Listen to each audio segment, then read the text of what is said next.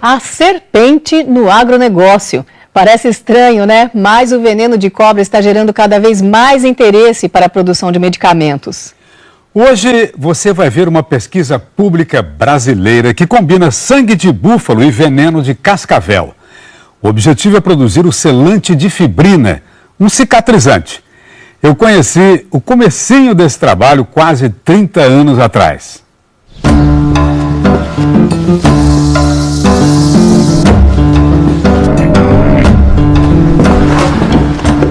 Sejam bem-vindos na minha casa. Nossa reportagem começa com uma senhora que hoje faz questão de mostrar as pernas. Imagine você esconder as pernas por 47 anos. Foi o que aconteceu com a dona Vera. Aqui na canela direita ela tinha uma úlcera do tamanho de um palmo. Muita gente fica chocada, né, com a foto, mas olha só como era. Quando eu tive o meu primeiro filho, com 25 anos, foi um parto cesariana. Dona Vera foi contaminada no hospital. Me levou quase à morte. Isso abriu e nunca mais fechou, quer dizer, agora fechou. A úlcera não incapacitou Dona Vera. Por 37 anos ela trabalhou como dentista, mas levou uma vida limitada. Por exemplo, gostaria de usar uma roupa, um vestido, uma coisa bem folgada, bem bonita. Não, sempre com calça comprida, para não... Porque minha perna sempre enfaixada até o joelho. Dona Vera fez 16 cirurgias e toda noite por 47 anos tinha que cuidar da perna. Foram mais de 17 mil curativos. O PECLIN, Unidade de Pesquisa Clínica da Faculdade de Medicina de Botucatu, São Paulo. Foi para cá que Dona Vera veio, no segundo semestre de 2016, participar do tratamento experimental deste produto, o selante de fibrina. Foram 3 meses de aplicação. Esse é um tratamento promissor que ainda está em fase de estudo. Passado já 15 meses depois da cicatrização total, Dona Vera não se cabe ainda de alegria e gratidão para com a equipe que a atendeu, liderada pela dermatologista Luciana Abad. A gente está aqui revendo o caso da senhora, né? A úlcera da senhora tinha umas características aqui que a gente fala que os tratamentos com cremes, assim, pomadas, dificilmente cicatrizaria. Vendo as fotos de como eram as feridas e como ficou agora, inevitável para a Dona Vera a sensação de que o impossível aconteceu. Eu fui tratada em São Paulo em médicos que a gente diz que é de ponta. Aqui eu passei da ponta. Que bom ouvir isso. Essa pesquisa de ponta, cujos resultados a gente vê agora, o Globo Rural começou a acompanhar em novembro de 1990. Foi quando eu cruzei a portaria da Unesp de Botucatu para falar do assunto pela primeira vez no então recém-criado CEVAP, Centro de Estudos de Venenos e Animais Peçonhentos. Parece casinha de esquimó, mas não é não. Isso aqui são ninhos de cobra. Este serpentário tem 56 cascavéis e 28 jararacas. As cobras são criadas aqui como verdadeiros animais de estimação. Ao lado desses iglus tradicionais onde elas se escondem, há outras opções de abrigo, como estas pedras de rocha basáltica que guardam o calor do sol e aquecem durante a noite. Tem uma dormindo aí, ó. Olha, cativeiro e iglu aqui não tem mais. Assim como houve mudanças em várias áreas, tecnologia, moda, costumes, os protocolos científicos nos serpentários da Unesp de Botucatu se modificaram também. As cobras que fazem a doação de veneno para o selante de fibrina, se é que a gente pode comparar assim, vivem como se fossem apartamentos de luxo, em caixas individuais, com controle de umidade e temperatura. As caixas em ambiente controlado são extensão do moderno serpentário que hoje ocupa um galpão inteiro do CEVAP. O objetivo acaba sendo o bem-estar animal e também o controle de qualidade do veneno de cada espécie. A bióloga Luciana de Barros é uma das responsáveis pelo manejo no serpentário do CEVAP.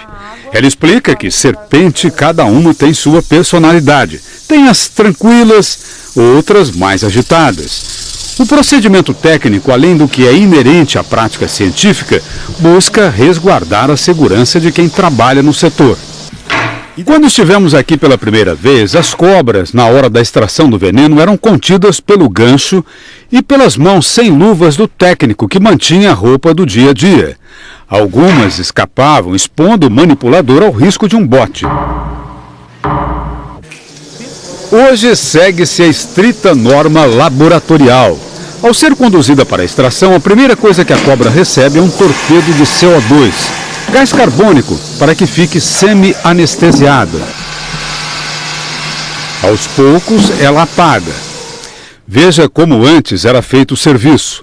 Uma pessoa segurava a cabeça e massageava as glândulas de veneno, enquanto outra recolhia o líquido num vidrinho coberto com filme plástico. Agora são sempre 3 técnicos na extração. Ao ser levada para a bancada de alumínio, a cobra, momentaneamente entorpecida, é identificada com um leitor de chip para que o veneno possa ser rastreado depois. Num lote de veneno, nós conseguimos saber quais são as serpentes que fizeram parte daquela extração específica. Enquanto um faz a contenção e outro massageia as glândulas com a ponta do gancho, o terceiro técnico aproxima dos dentes da cobra um engenhoso coletor com 2 microtubos. Aí é que o veneno é recolhido. É uma das matérias-primas fundamentais que levaram à cura das feridas de Dona Vera. Nos primórdios da pesquisa, quase 28 anos atrás, nossa reportagem acompanhou um experimento em ratinhos. Um nervo da coxa era cortado, ele perdia o movimento. Depois as pontas do nervo eram ligadas de novo, não com sutura, mas com a mistura do veneno com uma fração de sangue humano. Um produto chamado cola de fibrina. Bom, enquanto a gente espera a cola do nervo, o Dr. Fábio vai mostrar o que acontece quando se faz a mistura dos 2 líquidos aplicados no ratinho. Ele já pôs o componente do sangue humano e agora essa é a fração do veneno, né, Dr. Fábio? Sim, agora está colocando a fração do veneno. Dá uma misturadinha aí.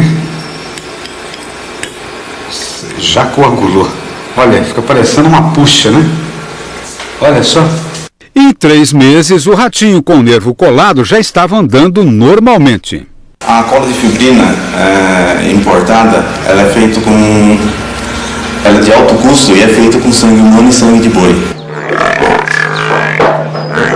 Bem, você viu aí que antes a tal cola de fibrina era feita com sangue humano. Hoje nos surpreende chegar aqui e saber que o plasma sanguíneo humano não é mais usado, e sim o de búfalo, por cortesia de um produtor rural que se comoveu, se identificou com o projeto. Eu tenho certeza que os animais estão sadios. Seu Aristides Pavan é o empresário que, movido por uma história familiar, disponibilizou uma parte do rebanho para as pesquisas da Unesp. A mãe dele, Dona Luísa Pavan, assim como a Dona Vera Fredo, sofria com úlceras nas pernas. Passou a vida inteira lidando com o problema. Que a gente viu o sofrimento que a minha mãe tinha para curar aquelas úlceras que ela tinha na perna, né? Era muita dificuldade. Seu Aristides diz que, de certa forma, se conforta com a possibilidade de ajudar as pessoas a evitar um sofrimento que ele acompanhou tão de perto. Não tinha recurso, não tinha medicamento. Por isso, se dispôs a fazer uma coisa que não é fácil: manter por sua conta um grupo de 100 cabeças de búfalos exclusivamente destinados à pesquisa. Isso é muito caro e, na maioria das vezes, impossível para as instituições científicas. Um rebanho soroprodutor como este tem que ficar isolado dos outros animais da fazenda e se submeter a rigorosos controles de sanidade para ter a certificação da Anvisa e se adequar aos protocolos médicos internacionais. Naquele momento, principalmente quando os órgãos regulatórios falam, olha, não pode mais ser utilizado o sangue humano. A doutora Lucilene de Lázari dos Santos conta que a colaboração do seu Aristides trouxe um impulso importante nas pesquisas do CEVAP. O sangue do búfalo não oferece os riscos de contaminação que o sangue humano traz para a fabricação do selante. Para garantir que esse material que nós utilizamos, eles estão livres de qualquer contaminante, seja de origem bacteriana, viral ou até mesmo parasitária, é feita uma bateria de, se não me engano, 23 instâncias, tanto em cargas parasitárias, virais e parasitológicas. Nós acompanhamos o trabalho num dia de coleta, que é feita 2 vezes por mês. A equipe de técnicos conta com o reforço dos funcionários da fazenda na condução dos animais dentro do curral e na contenção no brete. O que se faz aqui é o mesmo que acontece quando uma pessoa vai doar sangue num hospital, por exemplo. A bolsa fica balançando para o sangue não coagular. Além do que é destinado ao selante, são recolhidas também outras amostras de sangue, mais umas de leite e urina, pois constantemente os animais passam por um check-up. Claro que um rebanho cuidado assim tem vantagens na hora da venda. Mas o lucro que o seu Aristides vislumbra não se mede em dinheiro não, como você vai ver no próximo bloco. Vamos à segunda parte da reportagem sobre o selante de fibrina, feito com 2 produtos que têm origem no campo, veneno de cascavel e sangue de búfalo. Agora a gente vai estender moléculas no varal para você entender melhor esse medicamento experimental. Os laboratórios, serpentários e demais instalações do CEVAP se estendem hoje por uma das colinas do campus da Unesp de Botucatu. Quando estivemos aqui 27 anos atrás, o núcleo de pesquisa ocupava salas emprestadas, mas com muita gente entusiasmada querendo investigar o lado bom dos venenos. Nossa reportagem na época terminava assim. O mal insinuante que aprendemos a ver nesse bicho arrasta consigo muitas virtudes. E uma das tarefas da ciência nesta década é desvendar o bem da serpente. Quem aqui gosta de animais? Levanta a mão. O bem que vem da serpente e de outros animais peçonhentos, como aranhas e escorpiões, hoje pode ser visto e compreendido no Museu do CEVAP, que já recebe 5.000 visitantes por mês, a maioria grupos escolares. Numa das vitrines, a caixa do medicamento que tanto ajudou Dona Vera Fredo e outras 39 pessoas que participaram do programa experimental desenvolvido na UPCLIN, a unidade de pesquisa clínica que concentrou os testes. As úlceras de membros inferiores ou de pernas, né? Que são as úlceras por varizes e por trombose venosa, que já se teve, é uma doença, a gente fala, negligenciada. Os pacientes procuram tratamento nas redes básicas de saúde, mas eles têm um tratamento muito difícil, eles não conseguem. A doutora Luciana Abad, que coordena os testes clínicos com selante de fibrina, diz que a ambição da pesquisa é ver o medicamento disponibilizado na rede SUS. Comparando com os curativos importados, observa que este é biológico. Nesta ampola tem uma fração do veneno de cascavel. Nesta outra, a fração do plasma de búfalo. Com o diluente da terceira ampola, forma-se a cola, que favorece a cicatrização. Selante de fibrina significa formar uma malha de uma rede de fibrina, que é uma rede que se forma no processo de cicatrização normal, mas que nos pacientes com úlceras crônicas, eles não conseguem mais formar essa rede. Então, a vantagem é você fornecer algo que o seu organismo não mais produz. Essa é a teoria de que o selante teria uma vantagem em relação aos curativos convencionais. Ao longo de longas 3 décadas, o processo de fabricação veio sendo aprimorado. Você viu a equipe da doutora Lucilene dos Santos coletando sangue dos búfalos na fazenda do seu Aristides e a equipe da doutora Luciana Barros coletando o veneno da cascavel. Tudo bem? Chegou. Obrigada, Lucilene. As 2 matérias-primas imediatamente são trazidas para o laboratório do CEVAP. O sangue vai para uma centrífuga. Aqui, os glóbulos vermelhos são separados do plasma, aquela parte meio cor de guaraná que carrega, entre outras coisas, as proteínas. O veneno vai para um nicho de purificação. Depois, sangue e veneno separadamente, claro, são introduzidos nessas máquinas chamadas de cromatógrafos. O aparelho identifica e separa cada uma das substâncias. Esses gráficos vão dando os nomes e a quantidade de cada um. Tanto o sangue quanto o veneno têm dezenas de componentes. Pelo lado do crio precipitado, sangue, né, o plasma do búfalo, nós temos um produto rico em fibrinogênio. Você pode imaginar cada amostra dessas como se fosse uma baciada de roupa já lavada e pendurada no varal. Cada peça, cada cor representaria um dos componentes. No caso do sangue de búfalo, interessa só uma peça, uma proteína que leva o nome de fibrinogênio, que tem um papel importante na coagulação. Do veneno da serpente também só uma substância é extraída aqui. É uma outra proteína que tem o nome de trombina. Essa trombina, quando em contato com o fibrinogênio, ativa uma transformação molecular importante, criando a fibrina, uma proteína mais fibrosa, a tal da rede ou malha que a doutora mencionou. Eu estou com a minha perna, no que eu estou vendo, perfeita. Mal aparece a cicatriz. O que o medicamento fez na perna da dona Vera foi cobrir a ferida com uma camada de fibras biológicas. Por que e como ocorre a cicatrização com selante de fibrina são coisas ainda a serem investigadas. A primeira exigência da Anvisa foi para testar a segurança do produto, ou seja, se o medicamento pode fazer mal ou não ao paciente. Já ficou comprovado que não faz, pelo contrário. O que nós sabemos no momento é que cerca de 75% dos pacientes tratados com esse selante tiveram cicatrização ou melhora do leito da úlcera, quando receberam o selante de fibrina. Outra exigência da Anvisa para ampliar a pesquisa do selante de fibrina em seres humanos, veja só, é a construção de uma fábrica de amostras de medicamento.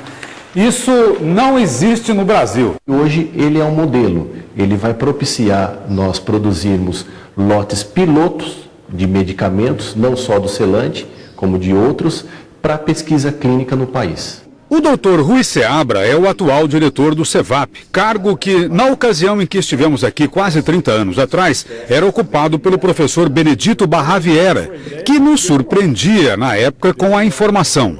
O grupo está basicamente estudando as aplicações tecnológicas do veneno.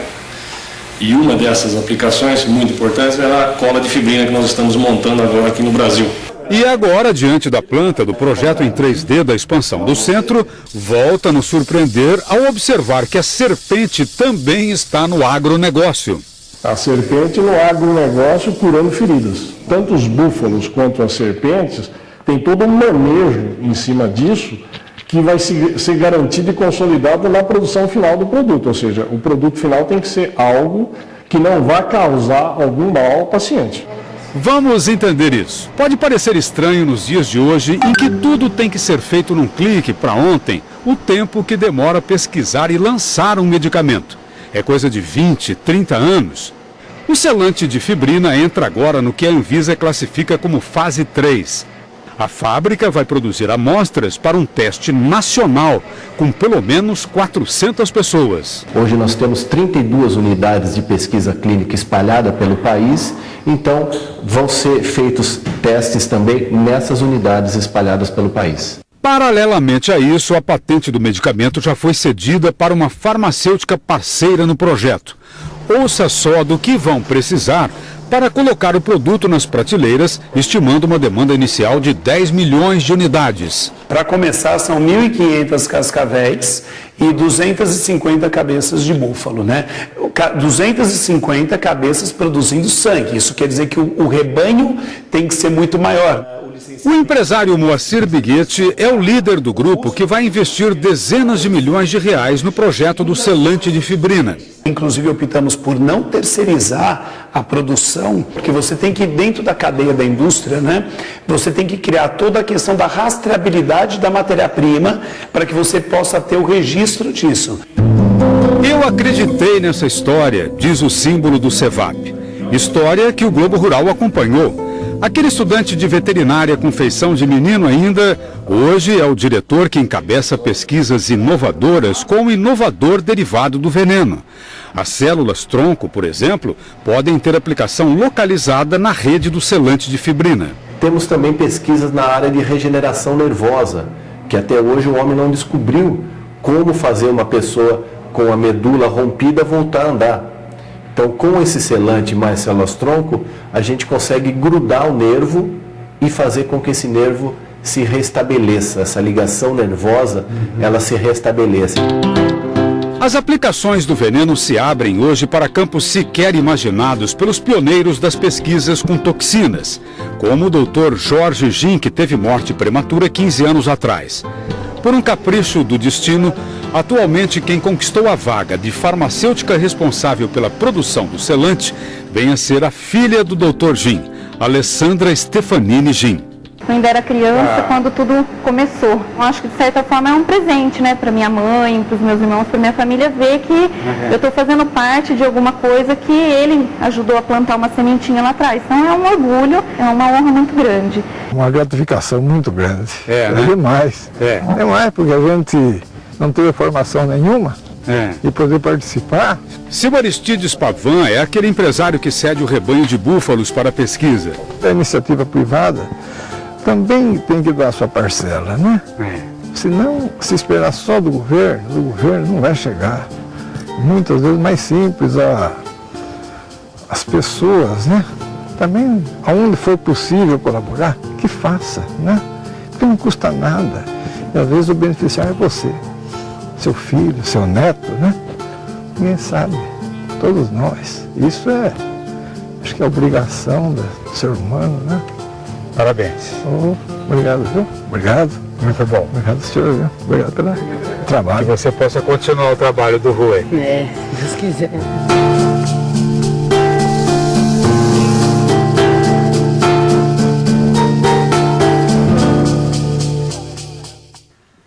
Quarta-feira agora será assinado o contrato entre a Unesp, a Caixa Econômica Federal e o Ministério da Saúde, no valor de 11 milhões de reais para a construção da fábrica piloto que nós vimos aí. Um laboratório inédito na América Latina para a produção de medicamentos biológicos. E a revista Globo Rural deste mês traz mais informações sobre esse belo trabalho de pesquisa. Olha só a reportagem. Veneno que cura as feridas. A capa é essa sobre café de alta qualidade. E a revista já está nas bancas.